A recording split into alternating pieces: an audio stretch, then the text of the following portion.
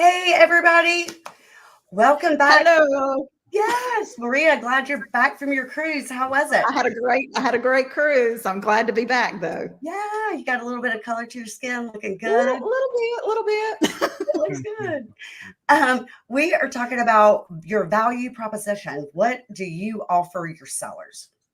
Right. What makes you and what makes you stand out above the other 100,000 agents that you're in competition with? Right. Yeah, it's a good segue because last week we had a really good conversation on how you actually attract sellers and what are you doing to attract sellers. And this is going to be more of, okay, you've got the appointment. How are you going to get the listing? That's right. How are you going to sell yourself and believe in yourself and mean it? And I think we'll have some really good discussions on this today. Yeah. Who wants to kick it off with some? Oh, you got a dog. I thought that was some sort of animation. I was like, what in the world is that? It was a loud dog. Mailman came, maybe. Yeah. Jennifer, you want to kick it off? You want me to kick it off? So some of the things that I do, I think it's really important to set those expectations with your sellers. Set realistic expectations and let them know, what the process is going to be. So one thing that I do and pride myself on, whether it's buyers or sellers, is I really try to alleviate as much stress as possible. And that, moving is one of the top 3 most stressful things that you could do in your lifetime. So what can I do, right? So if I go to the house and it needs to be pressure washed, or the pine straw needs to be freshened, or then I provide that service. I send out my guys to pressure wash it, to put new pine straw out, to really make it pop from the front. Right. It's just one of the things I do. What about you guys? Well, I think that so you hit the nail on the head. The first thing that I think the agents need to do is explain what their communication techniques are going to be through the process. I mean, sometimes we forget.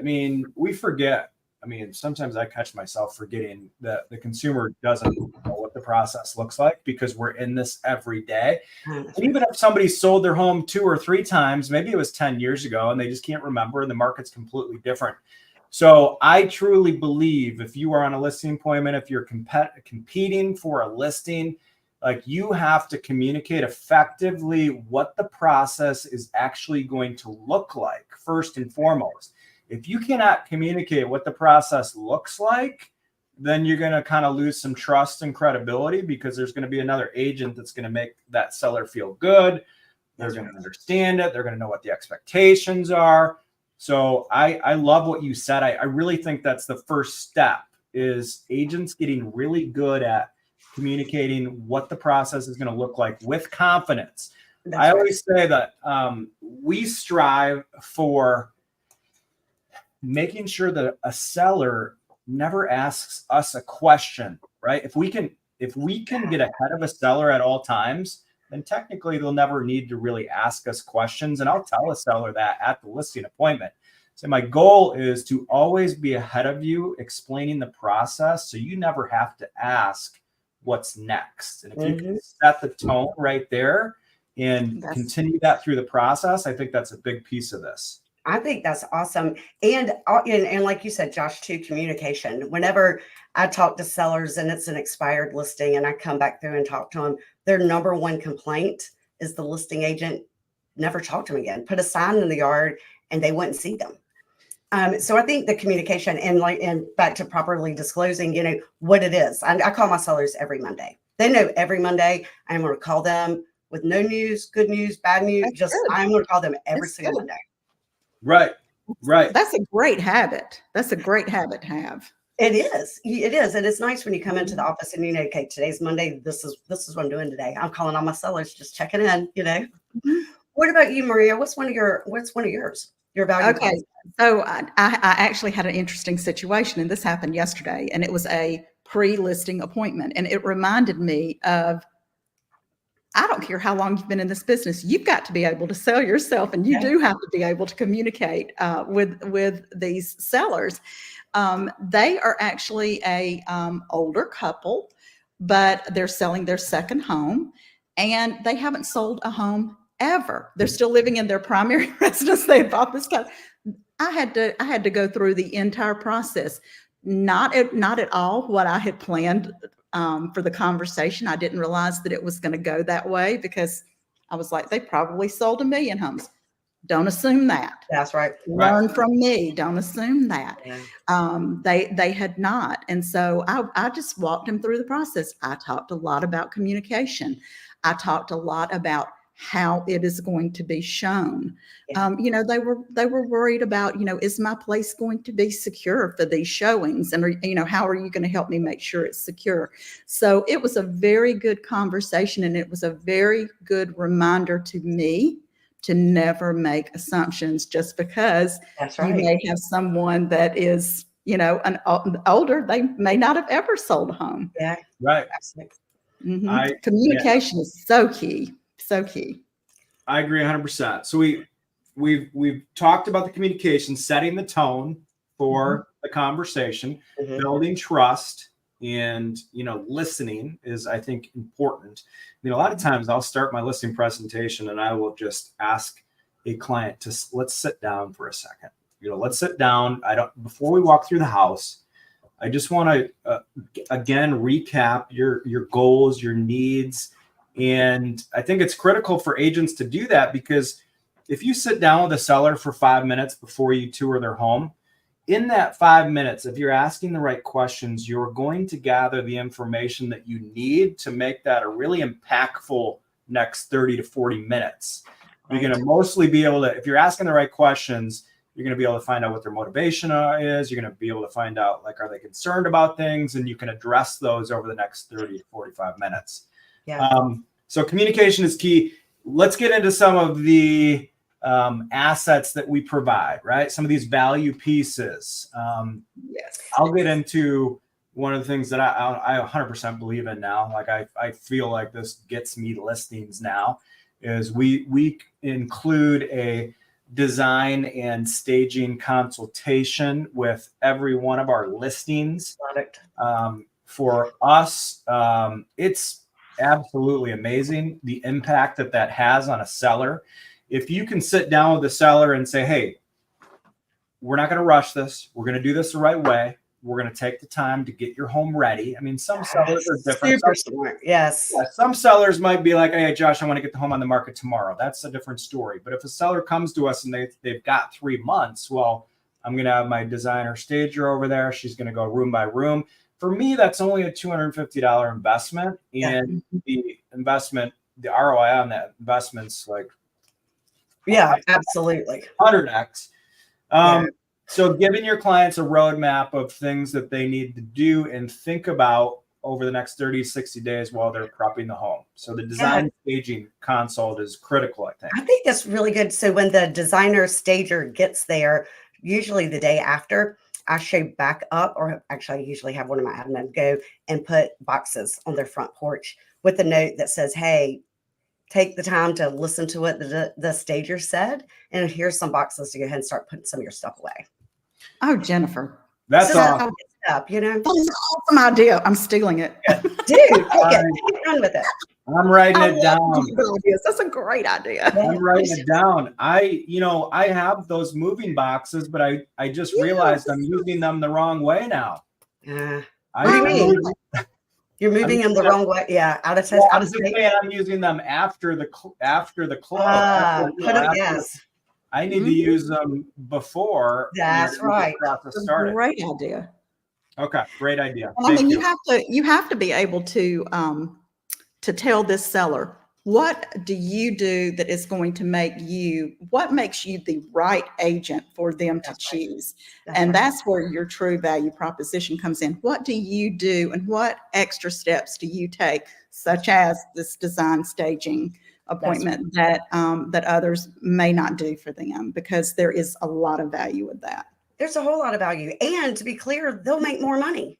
100%. They're going to make more money. If your house is in immaculate condition, they're going to make way more money than if they just list it the very next day. So I think that's really good. So what's next, Josh? So you send in your stager.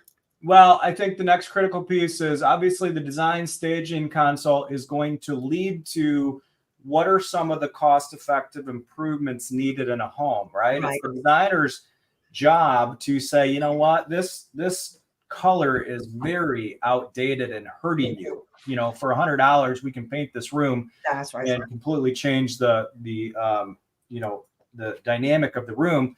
So when we have the stager design consult, we have a full report that comes back to myself and the seller.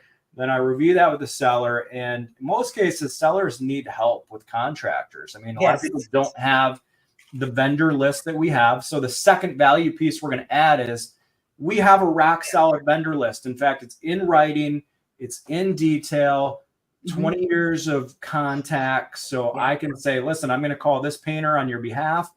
And just adding that extra level of service to help somebody that hasn't been in this process in 20 years is, I mean, that's we're trying to create the wow factor, right? I mean, we're trying to create the wow factor. So having that rock solid vendor list is critical, is our next step in prepping the home for sale. Yeah. And I think sellers really appreciate that too, because they don't have that vendor list. Right. You know? So I think that is super helpful. And again, at the end of the day, you know, I'm trying to relieve that stress off of you because I know it's a stressful process. So this is my job. This is what I do every single day. And my job is to get you as much money as possible, the least amount of time with the less amount of stress. Right. Yeah.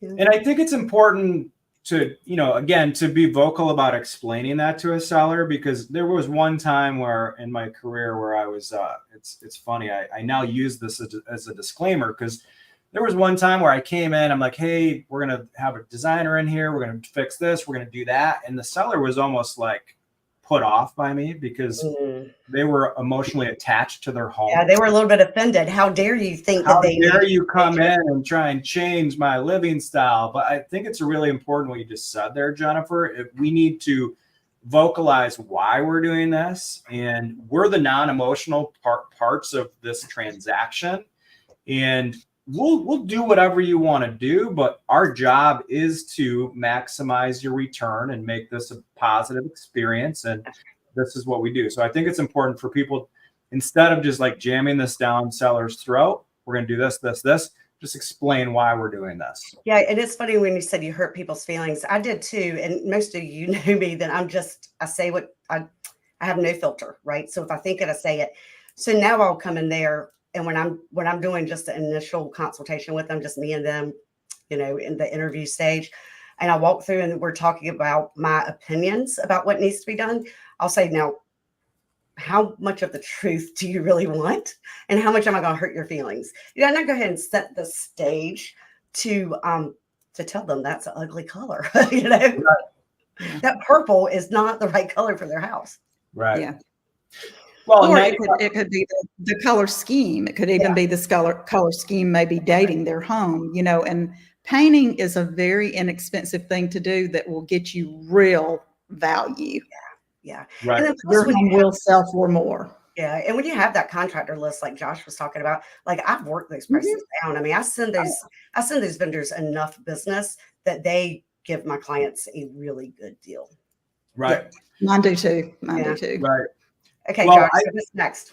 I think that we want to, so marketing is obviously a big piece of this conversation, but I think that, you know, we all have our marketing techniques. Obviously, I don't know if we need to spend a ton of time in diving into video, photos, social media. I mean, I think that there's certainly a massive place for that you need to sell to the seller, how much exposure your house is going to get. But the reason I'm kind of moving quickly through that, because that should be the norm for high producing agents. And we should always be pushing the envelope on exposure, presentation. And that's part of the process, right? Design, staging, vendor list, get to the point where it's going to be perfect so you can market it, right?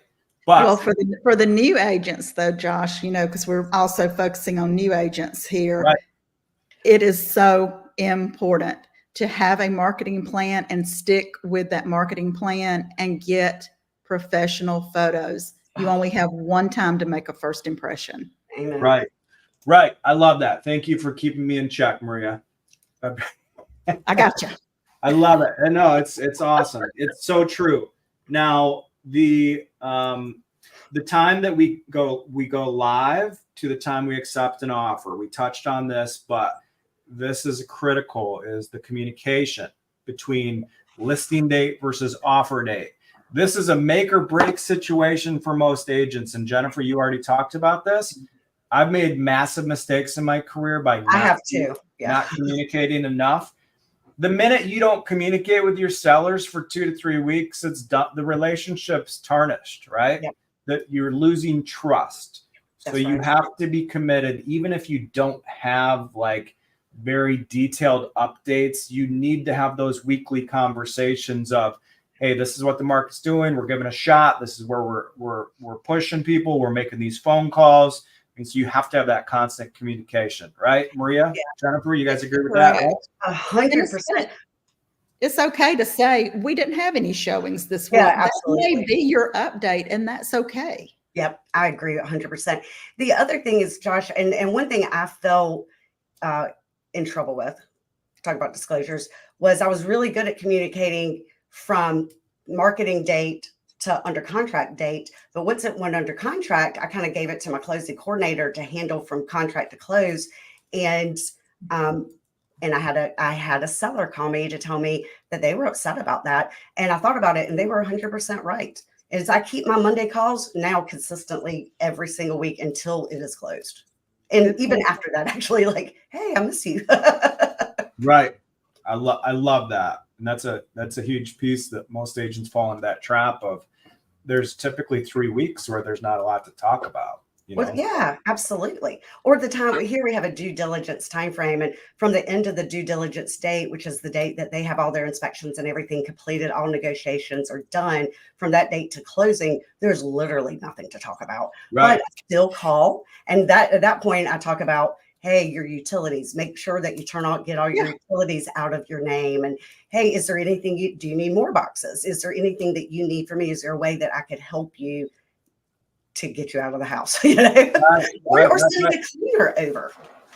Well, it's all about building that wow factor. I'll tell you a quick story. Like, we implemented this cute little, like, once a seller gets through the inspection period, we literally have our client care coordinator sending this relaxing tea, like it's, a tea for a drink, and we'll put a cute little note and say, hey, congratulations, we've just cleared inspections. We got you some tea to relax, enjoy yourself. So it's those little like wow touch points along the way that make the biggest difference. I 100% agree. Yep. And it just sets you apart from everybody, which is what's important. Absolutely. I think the last thing we need to talk about is the value of a great negotiator, right? I mean, isn't this truly the difference between making a seller another 10,000, 20,000, 50,000? Absolutely. I mean, we need to be able to sell that big time in how we're going to make more money than our competition. Yeah. So how do you guys do that? Do you talk about it? Like, what does that look like for you guys? I just actually did one yesterday. I will be very honest here. I was on the buying side of it, but I was working with another great agent in my market, and she's a tough negotiator. I mean, she really did a fabulous job negotiating for her sellers, but she and I had to come back and go back and forth as many times as it takes. Yeah, but it's back to communication. Everyone is happy. Yeah, absolutely. I think it's back to communication.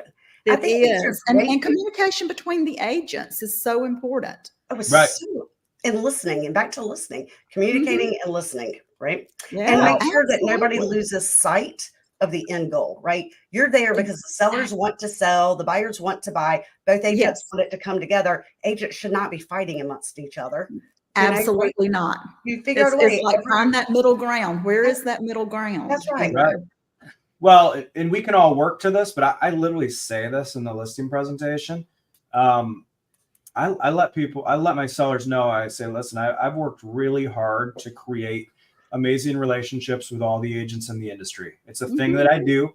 I don't want to burn a bridge with anybody. Absolutely. And I let people know, it's a confidence piece.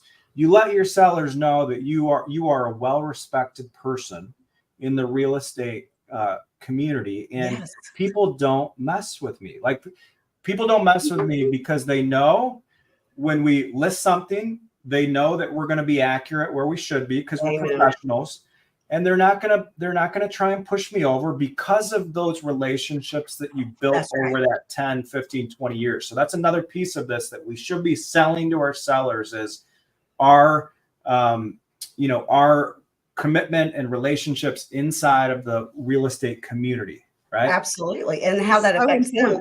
And you're How right. that affects them. Yeah. And it affects them because 100%. They Right. know. I mean, I've got to tell you, she was a tough little negotiator, but I was like, you know what? She's a great agent. Yes. Yeah, Right. absolutely. There's a level of respect there, 100%. Yeah. So I think we got some great points across today. What do you think? I think it's been great. So yes. It's been fabulous. A great value. And I think Grumpy got his squirrel. So he's, I'm like, he went crazy. So obviously I'm working from home. We couldn't decide if it was the mailman at the door or what was happening. I was like, what is it, a squirrel? What's out there? Yeah. Well, fabulous. So we'll see you guys next week, 10:30.